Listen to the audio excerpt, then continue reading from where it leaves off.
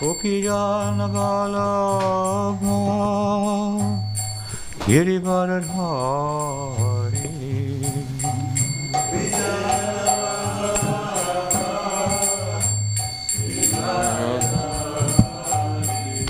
Jaya Gopijana Vallabha Girivardhari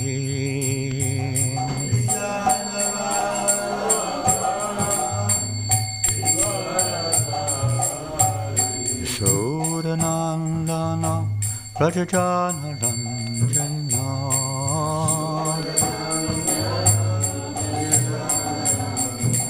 Yasodanandana Rajajana Ranjana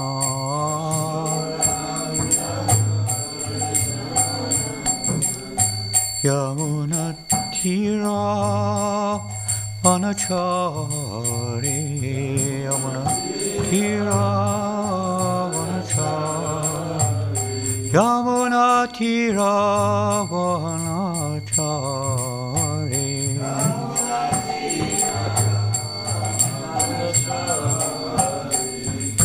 Jaya Radha Madhava Kunja Vihari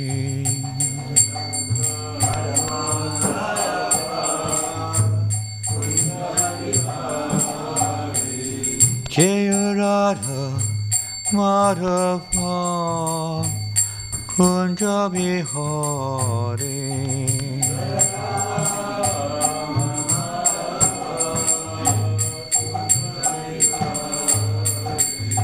Hare Krishna, Hare Krishna, Krishna Krishna, Hare Hare, Hare Rama, Hare Rama, Rama Rama, Hare Hare, Hare Krishna, Hare Krishna, Krishna Krishna, Hare Hare, Hare Rama, Hare Rama, Rama Hare Krishna, Hare Krishna,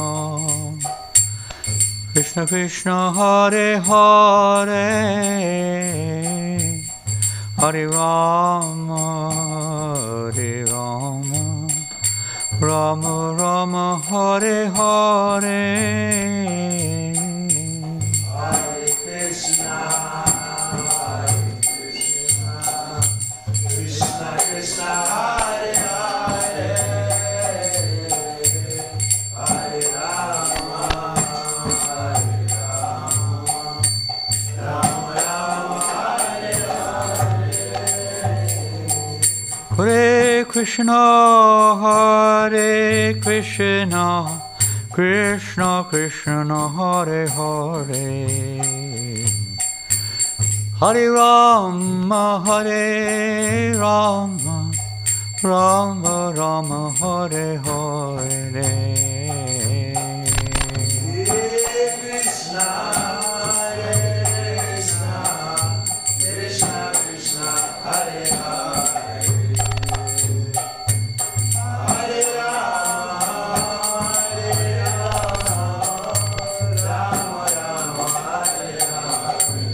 Hare Krishna, Hare Krishna, Krishna Krishna, Hare Hare, Hare Rama, Hare Rama, Rama Rama, Hare Hare, Krishna, Hare Krishna, Krishna Hare Hare, Hare Rama, Hare Rama, Rama Hare Hare. Jai Om Vishnu Pada Paramahamsa Parivakacharya Ashtara Sarishla A.C. Bhaktivedanta Swami Prabhupada Ki, Srila Prabhupada Ki, Shri Shri Gonitai ki, Shri Shri Jagannath Baladev Shabhadra ki, Grantaraj Srimad Bhagavatam ki, Gaura Premanandi, all glorious to the assembled devotees, all glorious to the assembled devotees, all glorious to the assembled devotees, all glorious to Shri Guru and Gauranga, all glorious to Srila Prabhupada.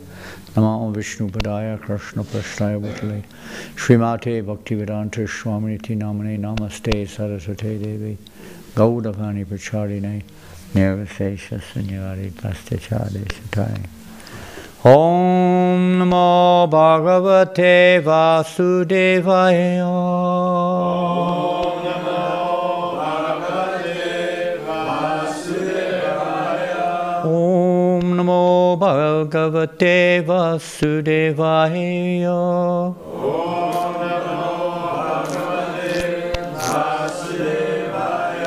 Om Namo Bhagavate Vasudevaya. Om Namo Bhagavate Vasudevaya. Reading from Srimad Bhagavatam, Canto 4, Chapter 24, text number 29. Swadharma Nishtaha Shatajanma bihi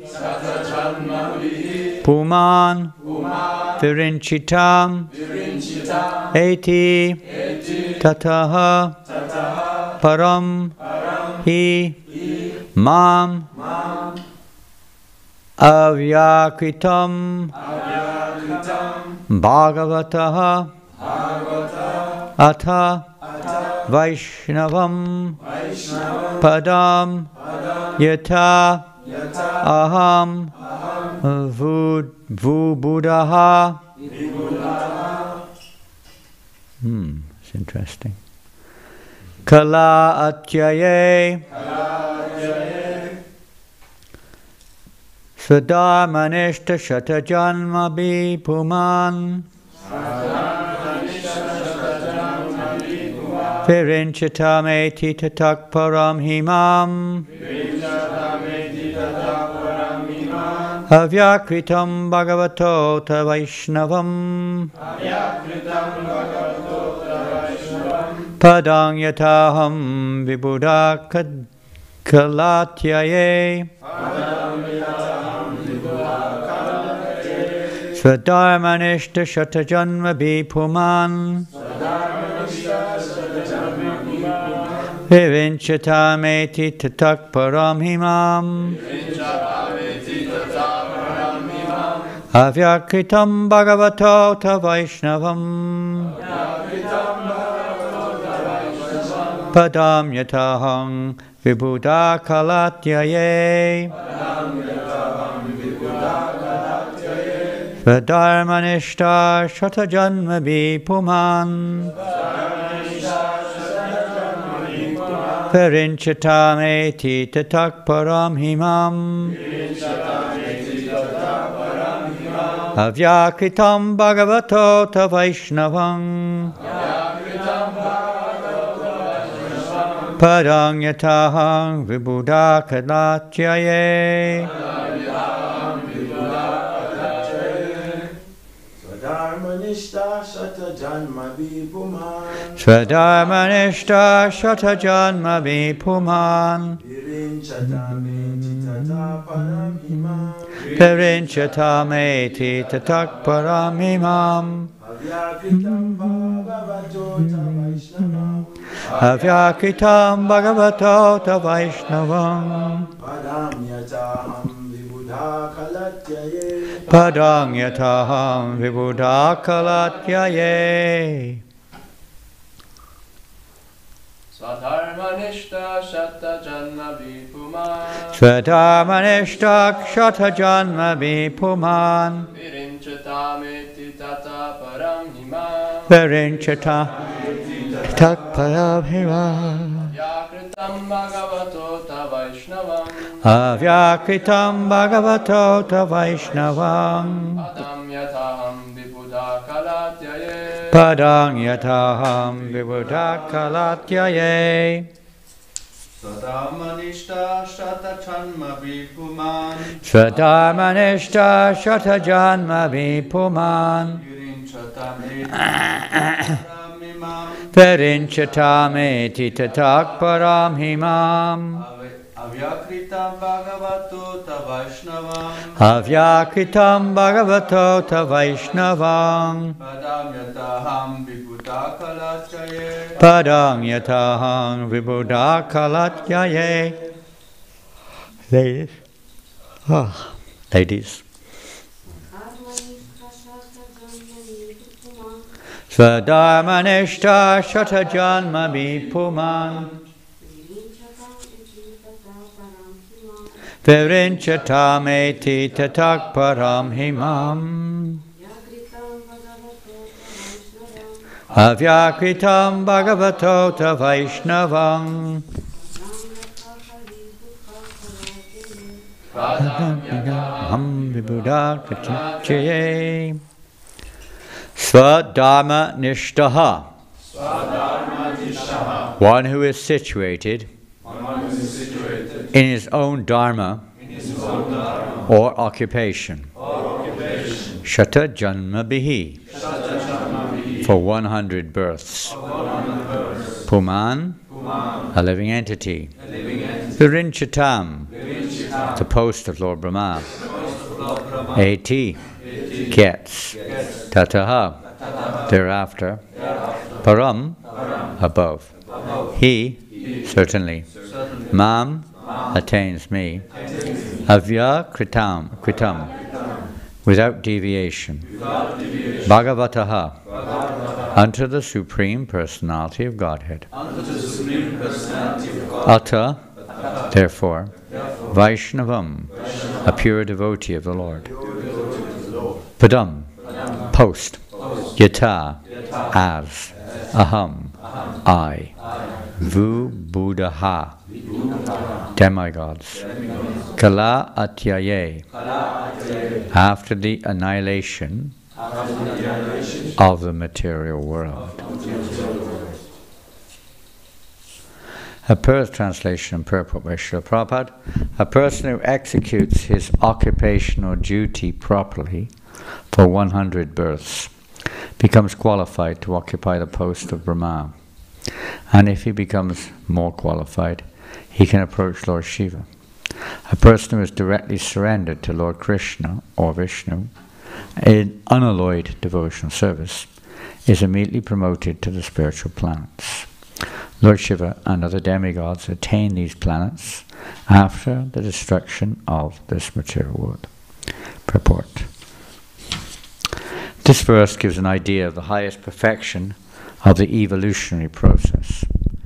As described by the Vaishnava poet Janananda Goswami, Pulaya payodi jale dvitavanasti vedam. Let us begin tracing the evolutionary process from the point of devastation, Pulaya, when the whole universe is filled with water. At that time, there are many fishes and other aquatics, and from these aquatics evolve creepers, trees, etc. From these insects and reptiles evolve, and from them birds, beasts, and then human beings, and finally civilized human beings. Now the civilized human being is at a junction where he can make further evolutionary progress in spiritual life. Here it is stated, Svadharmanishta, that when a living entity comes to a civilized form of life, there must be Svadharma, social divisions according to one's work and qualifications. This is indicated in Bhagavad Gita. Chaturvanyam maya shrishtam gunakama vibhagasha. According to the three modes of material nature and the work ascribed to them, the four divisions of human society were created by me. In civilized human society there must be the divisions of Brahmins, Kshatriya, Vaishya and Shudra, and everyone must properly execute his occupational duty in accordance with his division. Here it is described Svadharmanishta, that it does not matter whether one is a Brahmin, Kshatriya, Vaishya or Shudra. If one sticks to his position and properly executes his particular duty, he is considered a civilized human being, Otherwise he's no better than an animal. It is also mentioned herein that whoever executes his occupational duties for Dharma for 100 births, for instance, if a Brahmin continues to act as a Brahmana, becomes eligible to promotion to Brahmaloka, the planet where Lord Brahma lives. There is also a planet called Shivaloka, or Sadashivaloka, which is situated in a marginal position between the spiritual and material worlds. If after being situated in Brahmaloka one becomes more qualified, he is promoted to Sadashivaloka. Similarly, when one becomes even more qualified, he can attain the Vaikuntha Loka. The Vaikuntha Lokas are targets for everyone, even the demigods, and they can be attained by a devotee who has no desire for material benefit. As indicated in Bhagavad Gita 8:16, one does not escape material miseries even if he is elevated to Brahmaloka. Abrahma bhuvanal loka punar avatinarjuna. Similarly, one is not very safe even if he is promoted to Shivaloka, because the planet of Shivaloka is marginal. However, if one attains Vaikuntha Loka, he attains the highest perfection of life and the end of the evolutionary process. Mam upetya tu konteya punarjamana vidyate. In other words, it is confirmed herein that a person in human society who has developed consciousness must take to Krishna consciousness in order to be promoted to Vaikuntha Loka or Krishna Loka immediately after leaving the body. Chaktvadeham punarjanma naiti mamiti sorjuna. A devotee who is fully in Krishna consciousness, who is not attracted by any other loka or planet, including Brahmaloka and Shivaloka, is immediately transferred to Krishna Loka, mameti. That is the highest perfection of life and the perfection of the evolutionary process. Translation again. A person who executes his occupational duty properly for 100 births becomes qualified to occupy the post of Brahma. And if he becomes more qualified, he can approach Lord Shiva. A person who is directly surrendered to Lord Krishna or Vishnu in unalloyed devotional service is immediately promoted to the spiritual planets. Lord Shiva and other demigods attain these planets after the destruction of this material world. And not to be misunderstood by this statement, occupy the post of Brahma. Because Prabhupada clarifies in the purport, one attains that place of Lord Brahma, wherever Brahmalok, and not that one becomes, like, there is a Lord Brahma, presumably, ruling the universe. It's not like we bump him off his seat, I'm now the new Brahma, off you go. I perform my duties for 100 births, and a day later someone else comes along and bumps us off. They did theirs too. Of course there's unlimited universes and always coming and going, etc. But Prabhupada clarifies pretty much what's written in the purport, that it means to attain the planet of Lord Brahma. And it's also understood here, it says, can approach Lord Shiva, the second part. Not become Lord Shiva, approach him. Of course, the jiva can become Brahma. This is another, you could say, interesting topic, to say the least. How the jiva becomes Brahma. In some places, Prabhupada says, like Brahma, with the mentality of Brahma when we enter into the universe. Either way, in this particular case, it appears that it means the one attains the place of Lord Brahma, not the position of Lord Brahma. In this particular purport, it's interesting to note also here in the verse, it's describing more, let's say, elevation in terms of consciousness, as well, of course, as the apparent external forms. But in the purport, Prabhupada does, more or less, you could say, in terms of describing the development after pralaya, after destruction, after the majority of the universe is submerged in water, how the various species come about. It may seem a little contradictory sometimes to other descriptions, but here we see Darwinism theory, almost you could say, being presented practically from the fish, from the ocean, come insects and this thing and that thing, and then birds and this and that. It's not exactly an evolution in terms of, you could say, the way that Darwin concludes, you may say.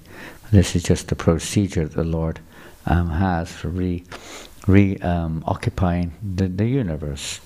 It's a systematic arrangement of the Lord. But the main point of this particular verse and the particular purport is the performance of one's prescribed duties, whether it's for those who wish a spiritual elevation or those who are aspiring for material elevation. The performance of prescribed duties in the human form of life. And Prabhupada mentions here, if there's not such an arrangement, then it's not really human life at all, it's animal life. Animal life with no specific goal or objective in life at all. I mean, the purpose of human life is to ultimately please Lord Hari, Samsidam Haritoshnam. But that is not usually the case, even in so-called society which has some remnant of Varna ashram. It's usually for material elevation or material purposes. Here also is indicated, if it's organized like this, according to the Vedic system of Dharma, Swadharma in this world, material occupation that is, then one can gain elevation to heavenly planets, which is oftentimes the goal of even those in religious life, so to speak, to gain elevation to heaven. So the proper system for that is to perform one's, just like in spiritual life, there are three ways or three paths of perfection, in the sense of Nityasiddha is already inferring that one's eternally situated in that spiritual position, you could say. And then there's sadhana siddha, the practice of devotional regulated program to gradually elevate our consciousness for eligibility for advancement and ultimately spiritual realization. And then there's kripa siddha, which is mercy. So we see those also, in a sense, at least the two of them, in the material endeavor to elevate. You see, for instance, persons who adhere to Christianity, now I'm not saying it works across the board, but the principle is that they take shelter of the mercy of Jesus Christ as their only redemption, their only saving grace. They're not practicing, in most cases, very much sadhana.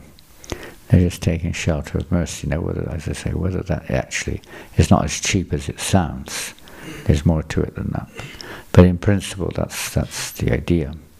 And sadhana siddha is performing all kinds of strict scriptural, not just concocted, but scriptural practices recommended to attain spiritual realization or spiritual world.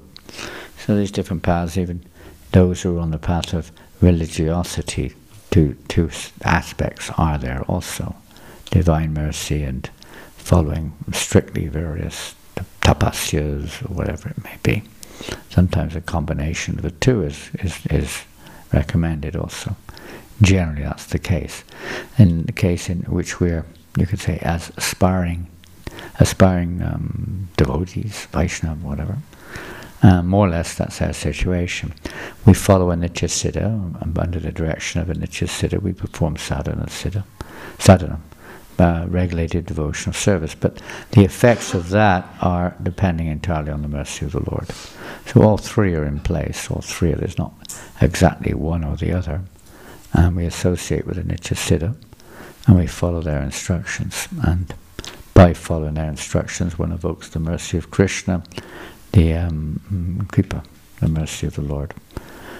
We know by the mercy of Krishna one gets a spiritual master, by the mercy of the spiritual master one gets Krishna. That's how the mercy works.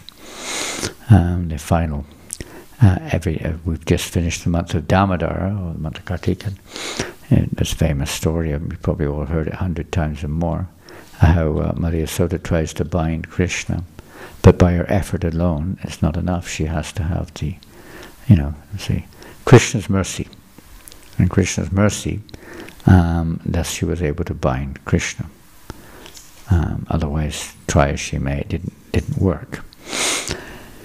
So both factors are generally in play. Generally in play. Prabhupada said that at one time his mercy is the instructions which he gives. And if we follow those, we get Krishna's mercy. Now in this purport, let's see.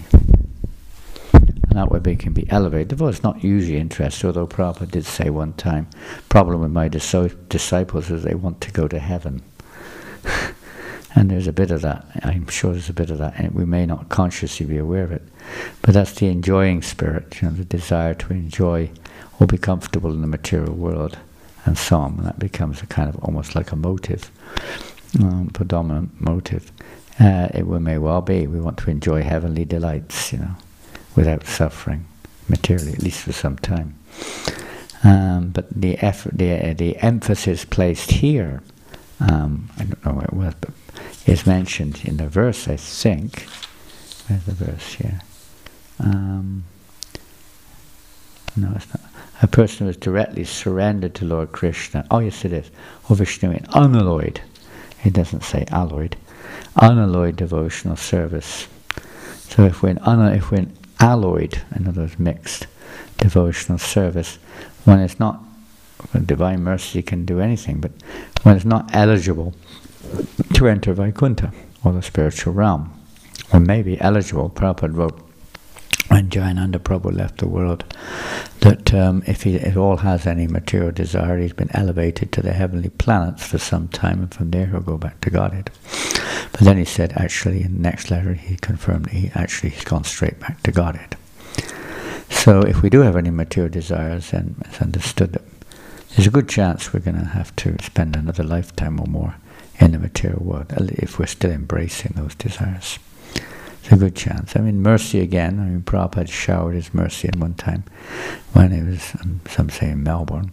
Maybe he did it in a few places, but he was saying it like this. He was saying, unless one's devotional service is 100% free of material desire, one has to remain in the material world. So the devotees were rather glum. They weren't very inspired. And Prabhupada looked around and looked at the dull, kind of rather morose-looking faces of the devotees, assuming that they all considered they still had material desires. And then Prabhupada said, all right, 90%. And he went down to 70, but nothing less than that. This is mercy. Prabhupada did the same thing with even japa in one sense. He initially indicated 64 rounds and ended up with 16, but no less. And he said, even that you cannot chant.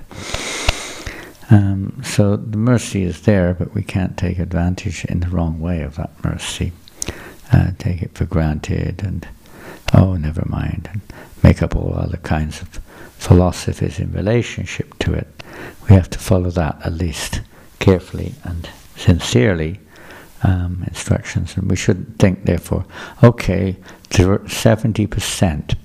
Let me see, now that means in the day, that means 17 hours of the day. And for 7 hours of the day, I can do something else, or be something else. Because Prabhupada said, even if 70%, that's not the idea.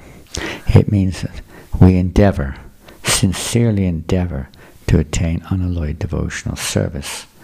And, with the help of others, with especially the spiritual master, even if we're not quite there, there may be some shortcoming, by the mercy of the pure devotees, we may be delivered, but not that we're systematically or, let's say, purposely, not making that endeavor, but rather maintaining with this idea that I'm, like in some religions, we are sinners and there's nothing we can do about it. We just depend on mercy. That's not the idea. That's something, but that's not enough. It's not enough. At least we have to make, if we know something's wrong, then we should make the sincere endeavor to adjust or to rectify the situation. We may not have the, whatever, particularly good samskaras, we may not have particularly good willpower, we may not be very strong, the material energy is very strong, and around us we're surrounded by others who are tempting us all the time not to go there, not to go on to pure devotional service, which is freed of all influence or all intentions for liberation to speak of material attainment or becoming powerful in this material world. So, yeah, we may not quite be there, but we're cultivating. Anukulina Krishna Anushilinam. We're cultivating the Shilinam and Krishna Anushilinam. We're cultivating the process of bringing pleasure to Krishna by following in the footsteps of those pure devotees of the Lord. And if we sincerely stick to that, even though there's some unwanted baggage, by the mercy of the Lord, that will not be necessarily an obstacle. But if we're holding on to the obstacle, thinking it doesn't matter, etc., then, that's a kind of offensive mentality, just like the seventh offense against the holy name, practically speaking. Chant the holy name and perform sinful activities knowingly, and at the same time feel that, well, if I chant Hare Krishna, I'll be relieved from them. It is taking the name of the Lord in vain, as it says in the Bible. So that's not the process that will take. Bahujamma Kariyadi Shravana Kirtana. Not even going to Brahmaloka necessarily, or Shivaloka. Because usually one gets a bit caught up when you go to these places. And that's why it's a little harder in the heavenly planets, because it's pretty cool up there. It's pretty, you can chill out quite nicely up there. Not in the snow of Mount St. Moritz or whatever it is, but another kind of pleasure. Everything's kind of seems to be, well, they say just like heaven on earth. So many different statements, you don't have to work or pay taxes and worry about all the things we have to worry about in this world right now. And there's not nasty coronaviruses. There's no coronavirus in the heavenly planets, and all these things. Occasionally there's some disturbance, you could say, which we hear about. Some demons kind of get a bit too close, or whatever. But basically speaking, from the material point of view, there's very little stress or distress. It's more or less material happiness for a long time. But that also comes to an end, as Prabhupada says here. Brahma quotes Krishna's verse, Brahma Bhuvana Loka Punavartanarjuna, that even if we do go to Brahmaloka, it's still a place for birth and death. It's not our constitutional station. And that can be attained by performing one's duty according to Varnashram. But that's not our goal. The goal is not just to perform our duties. We see in Srimad Bhagavatam that Dhammasvadusitak Pungsham Vishvaksena Katasana Padiyadi Devading Shama Eva Kevalam. The occupational duties a man performs according to his position in society are only so much useless labor if they do not evoke loving devotional service to the personality of Godhead. It's a waste of time, just going round in a circle. Prabhupada would cite this as a symptom of a genuine religion. If you're not developing your attachment, your love, your faith, whatever, in God, genuinely speaking, then we're treading water, we're not really going anywhere. Many times devotees say something like that, we're just treading water. We do have to question what we're doing in those cases. Maybe we're doing something which is in the reason for that, so to speak. And then, atat pumbir dvija shreshta varnashrama vibhagashas vanusitasya dharmasya sangsithera hitoshnam. And whatever our position may be in the varnashram system or occupational system of human form of life, everything is meant for the sangsithera haritoshnam, for the pleasure of the Supreme Personality of Godhead. This is the purpose of the human form of life.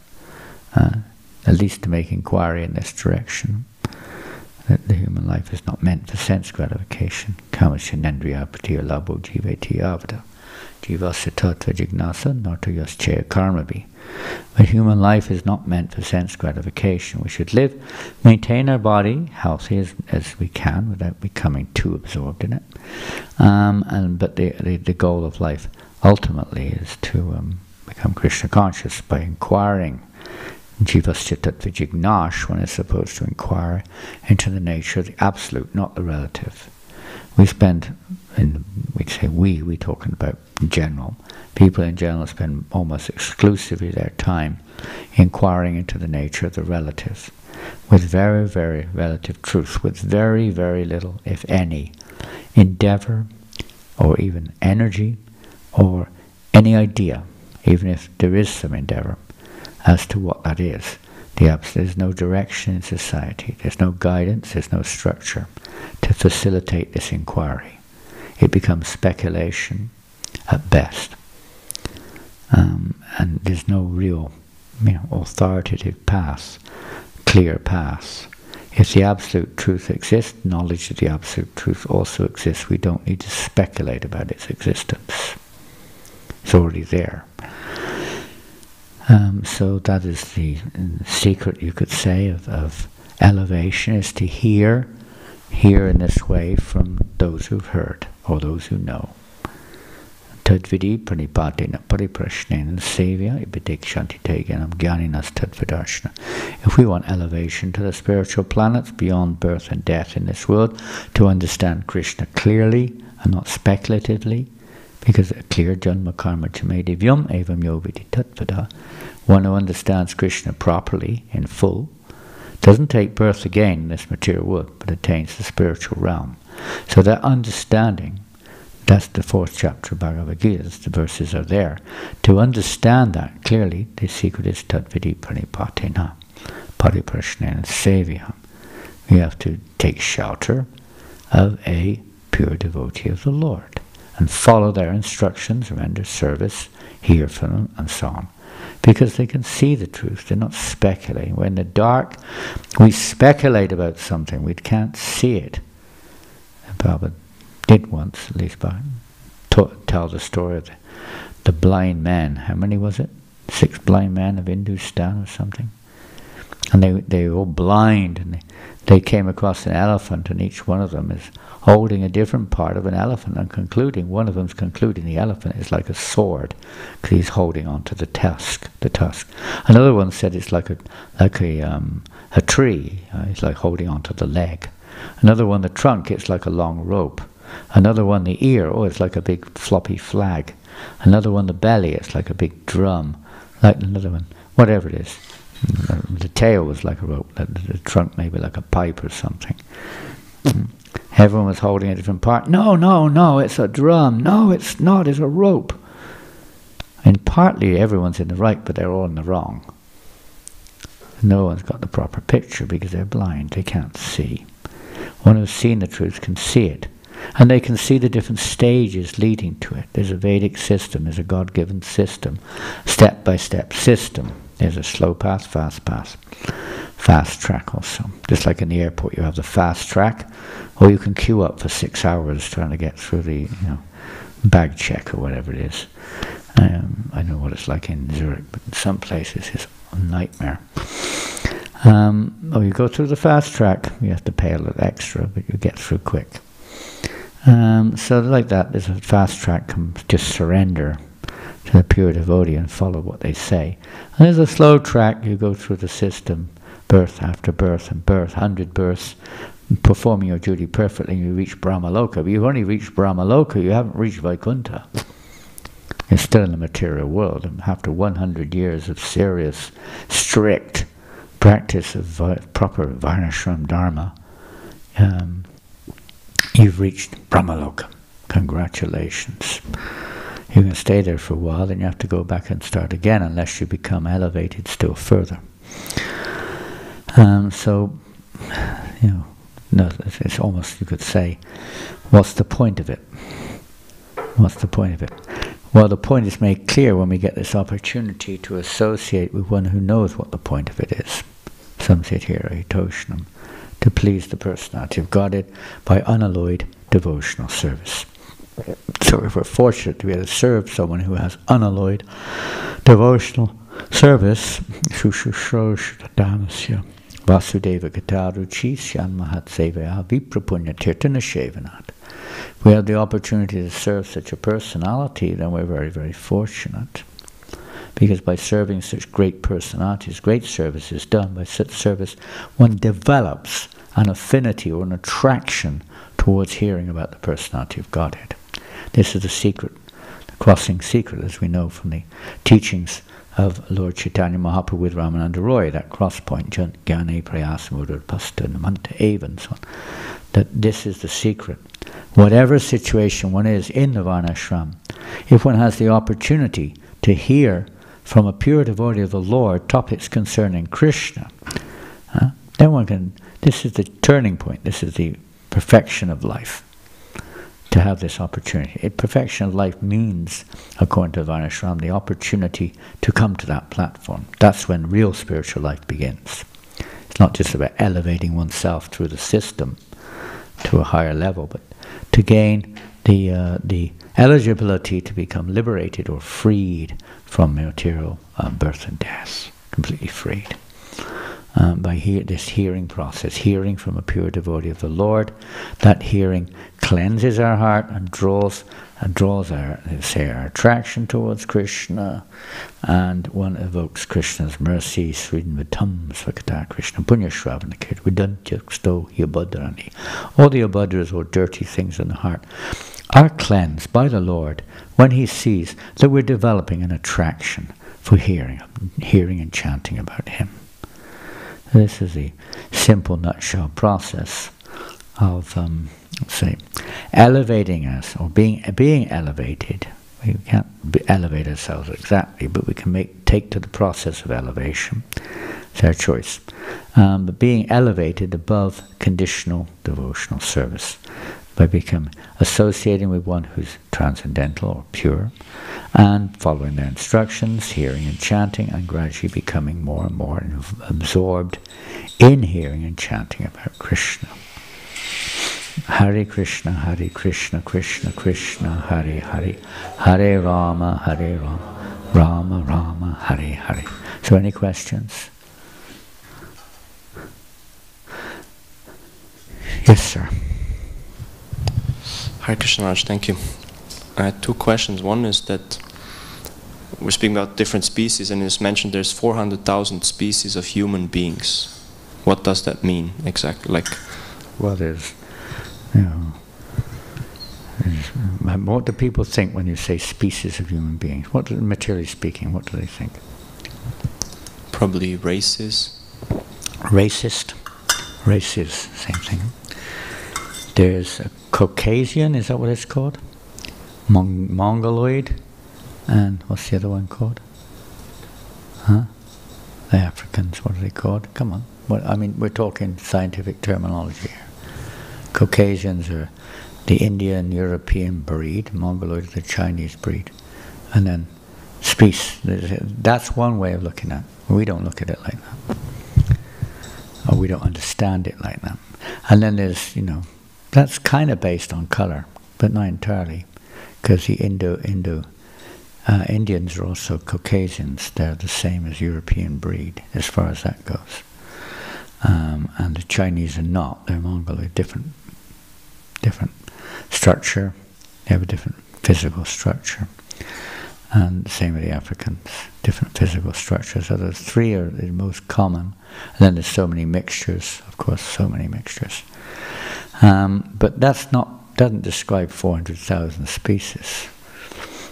Even if you take that as a parameter for this, for definition, which it's not exactly anyway. But even if you do, it's a state of, generally understood, of consciousness, state of consciousness. Usually the body form has a relationship with that, but not always so clearly defined.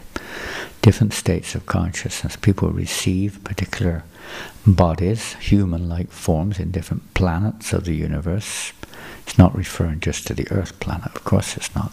Demigods obviously are not on the Earth planet in general, or people in the lower planetary systems. We'll speak of hellish forms, human forms, human-like forms. And amongst those you can read Rupa Goswami's teachings to Rupa Goswami, and consequently from him, is amongst those 400,000, the majority are not considered civilized. only a small percentage is civilized. And amongst the civilized, which are really those who are following Varnashram or religious principles, very, very few are serious about it. It's lip service. And of those who are serious, most of them have totally material motivation. So these are all different levels of, or species of life when it comes to, let's say, taking it from a consciousness point of view. So it doesn't matter where you come from. If you're civilized, if you're behaving civilized according to the Vedic standard anyway, and you're inquiring to the nature of absolute truth, you're considered to be on the highest, or amongst the highest rung of human civilization, or human beings, high up there, even above the demigods, if one's actually on that platform. So it's based on mainly on consciousness, or its evolution of consciousness. It's not like in the species of animals or whatever, which is almost percent the same. One's consciousness and one's form are more or less one and the same. You're a fish. You don't think about being a dog or an elephant or human. You're a fish, and you only think fish. You know, that's your level, full stop. And then there are so many varieties of fish. But you're not like, you know, associating doesn't make no difference, even if it does in the next lifetime, maybe, but in that particular lifetime, you know, if a trout, you know, there's a word trout, a fish called a trout. Yeah, a trout associates with a shark, it doesn't start developing the mood of a shark, you know. They're fixed in their, you know, conditioning. And human beings who are uncivilized are pretty much like that too. You know, they're pretty dull. But the whole purpose of civilized human life is to change one's consciousness, you know, how you see things. Is that okay? Yeah, thank you much. So it's consciousness. One may think that, you know, consciousness, so there's like categories of consciousness, because you can think every individual has a different consciousness, so then it's unlimited species of human beings in that sense, if you go, you know what I mean? It's like, so there's, but it's like categories. Yeah. Well, yeah. There's consciousness is, you know, basically most species is not come to the surface practically. It's hidden. You know, it's covered over so much so by whatever condition one's in. There's not really any execution of free will within that position which they're in. But in the human form of life, then consciousness can start to awaken. You know. And start to grow like a plant underground. You can't see anything, and it starts to grow. And if it's properly cultivated, it may end up being a beautiful flower or whatever it is. If it's not properly looked after, also it won't. It will return to the earth. You know, it won't make it. It won't grow. Or it will grow, and it won't be anything of any value. You can say it's a tomato plant, but what's the use if there's no tomatoes coming from it? It doesn't mean nothing.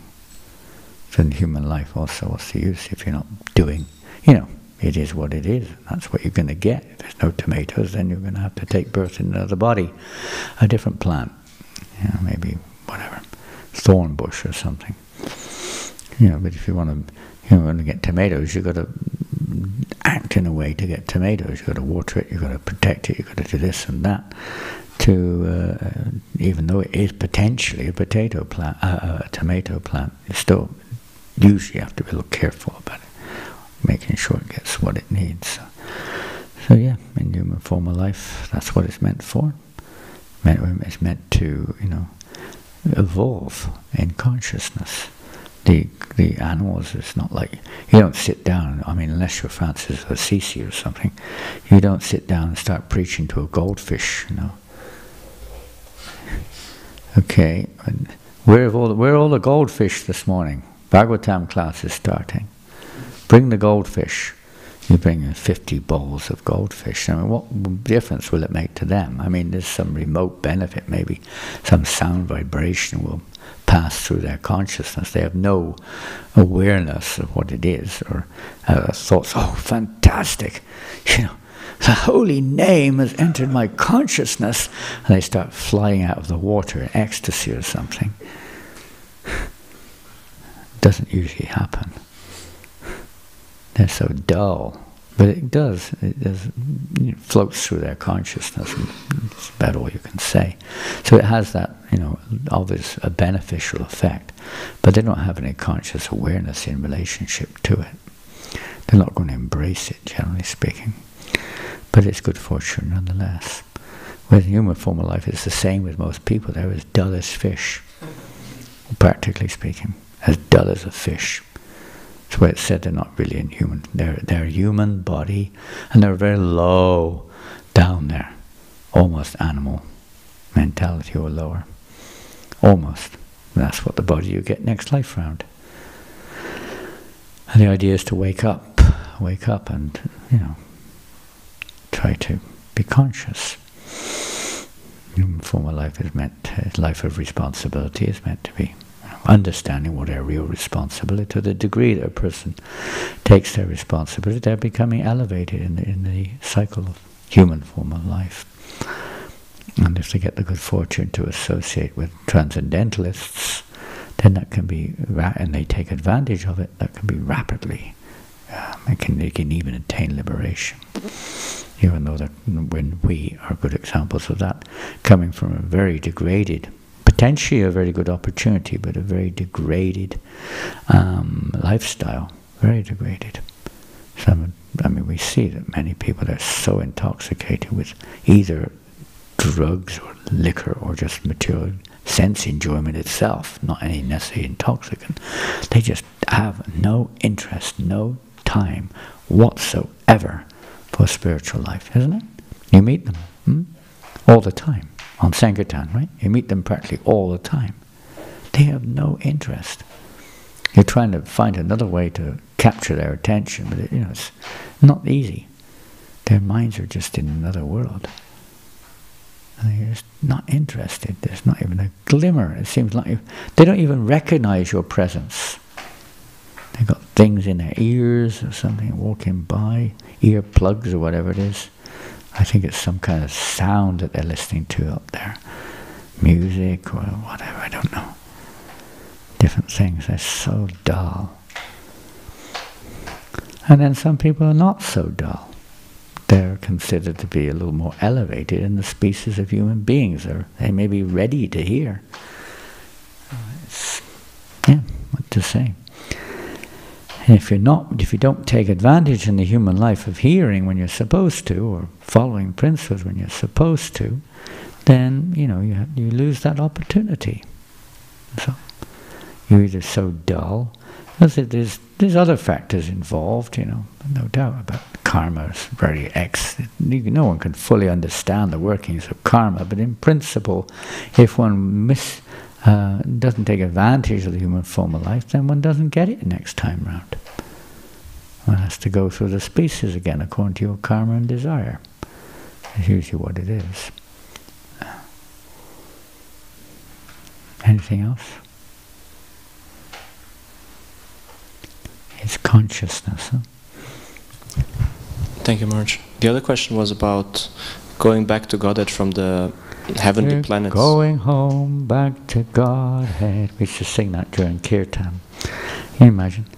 Evening Arti, Pushta Krishna Maharaj, when he was in England, he used to leading it, Gaur Arti, and he would sing, "We're going home back to Godhead, moing, moing," hit the gong, mong, mong. "We're going home back to Godhead." Okay, heavenly planets. Yes.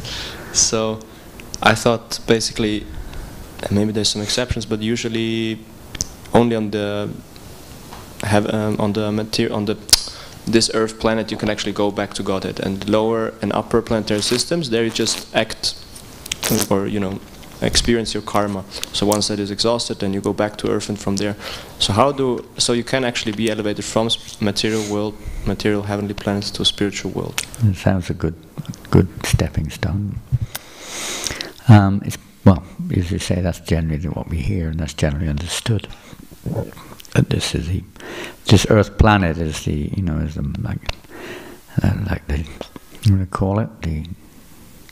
junction. And from here you go up, you can go down, or you can get out.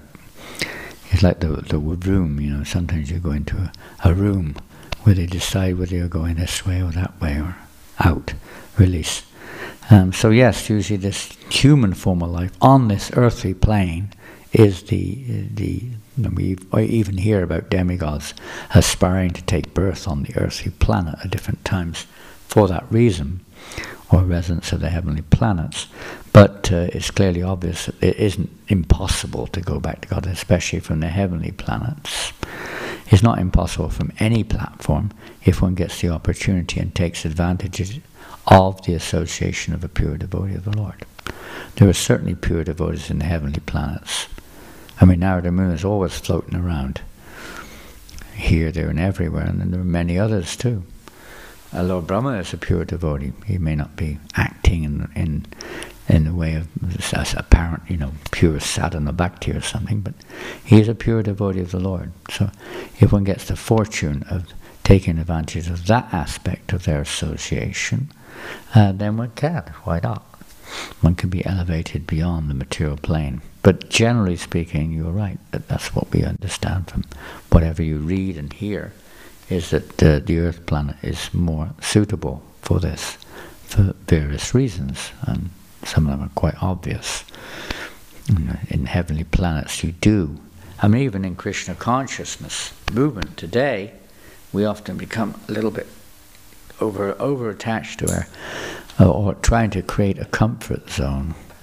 Maybe we've got a relatively good comfort zone, like here in Switzerland. You may have a relatively good comfort zone, materially speaking, compared to, say, what would you compare it with? France? I don't know. I don't know. Somewhere else, it may be relatively comfortable. If you go to Hawaii, that was one of, I think that's probably where Prabhupada was talking about the problem with my disciples is they want to go to heaven. Because, you're living in Hawaii. I don't know if any of you have been to Hawaii. Maybe that's where all the devotees are this morning. I don't know where they all are. Maybe they've gone to Hawaii or something.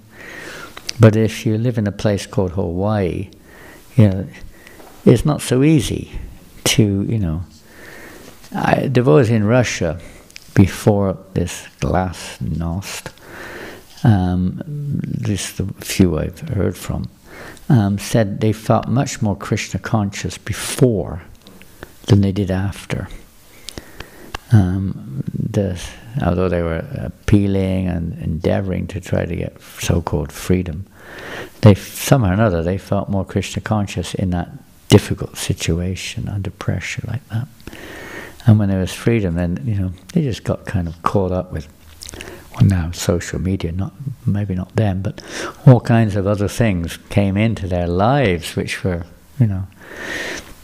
maybe not quite so full-on Krishna conscious. So, yeah, if you're in the heavenly planets, then for sure, in general, you're going to be, you don't want to lose what you've got. You've got a really nice situation up there. Yeah, it's nice. Jai Shri Krishna. But, joy to my enjoyment as well,